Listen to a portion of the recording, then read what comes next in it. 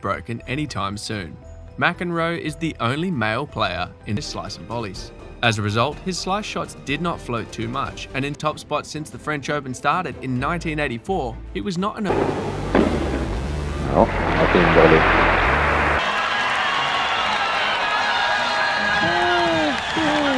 Yep, I saw that ball.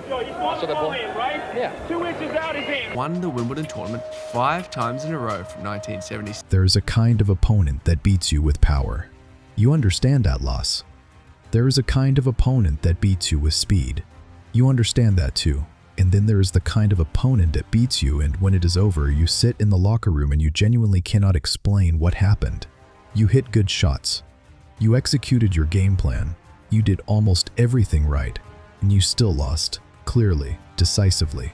Like the match was never really close even when the score suggested otherwise. Arthur Ashe was that opponent, the most unsettling player I ever faced. Not because of what he took from you, because of what he gave you, nothing to fight against. Before we dive into video, please subscribe to our channel. Arthur Ashe grew up in Richmond, Virginia in the 1950s. He learned tennis on a segregated public court.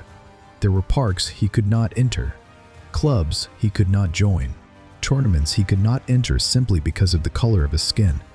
The world he was trying to compete in had been designed specifically to keep him out, and he navigated all of it with a stillness that would later become the most powerful weapon in professional tennis. Not because the stillness was a performance, because it was real. What the world put him through before he ever stepped onto a professional court would have broken most people or turned them into something hard and angry and reactive. It did the opposite to Arthur. It made him calm in a way that could not be manufactured, could not be practiced, could not be taken away.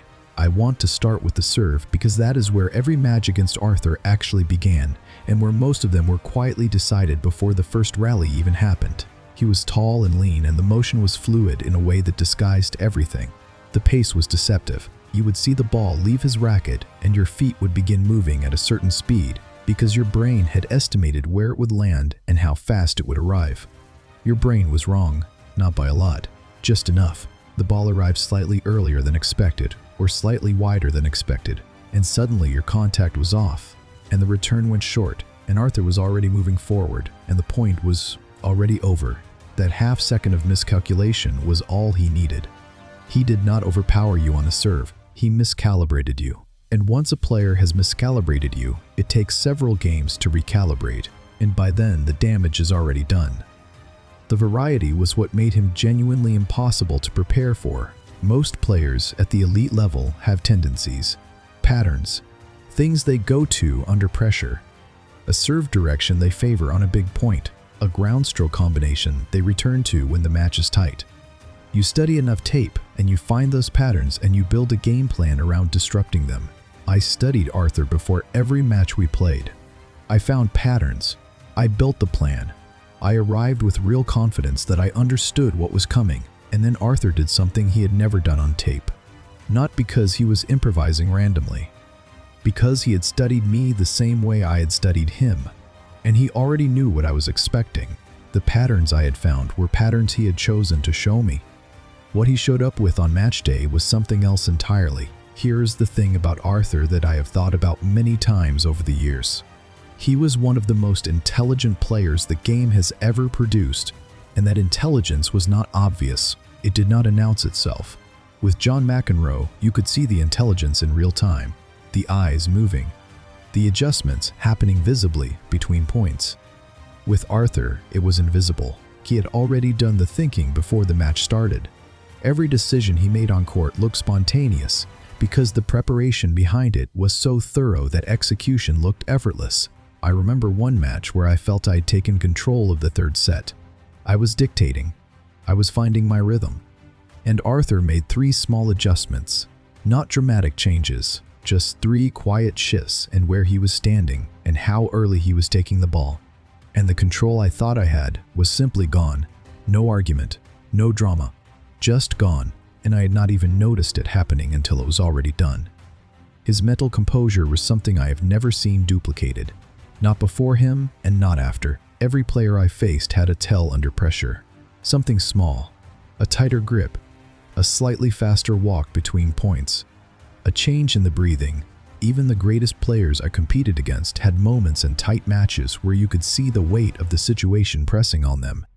With Arthur, there was nothing. He looked the same at 5-4 in the final set, serving to stay in the match as he looked warming up before the first ball was hit. That sameness was not absence of emotion. I am certain he felt everything. What he had was the ability to let none of it reach the surface. And the effect that had on an opponent was profound. You could not read him. You could not find the crack. You could not manufacture pressure in the normal way, because the normal way depends on making the other player feel the moment more than they can handle. Arthur always handled the moment. Every moment. Without exception. I played him at Wimbledon. I want to tell you specifically about that because Wimbledon brought out something in Arthur that was different from anywhere else. He moved on grass like the surface had been designed for him specifically. The serve got even more deceptive on that pace. The slice backhand stayed so low it barely rose above the net, and when it landed it skidded through almost flat, and there was simply nothing you could do with it from that height. He had played on grass his whole career.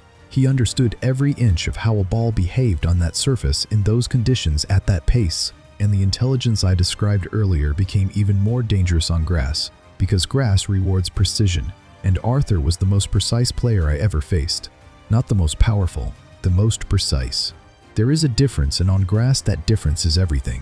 The 1975 Wimbledon final against Jimmy Connors is one of the greatest tactical performances in the history of professional tennis, and I want to be clear about why. Connors was the best player in the world at that point. He was the defending champion.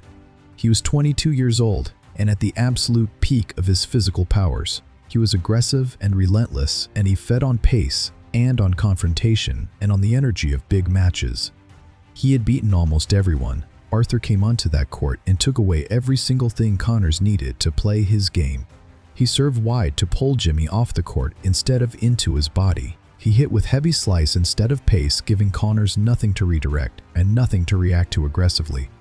He varied the speed constantly so Jimmy could never find rhythm, and he did all of it calmly, methodically, like a man who had already won the match in his head and was simply working through the process of making the scoreboard agree with him.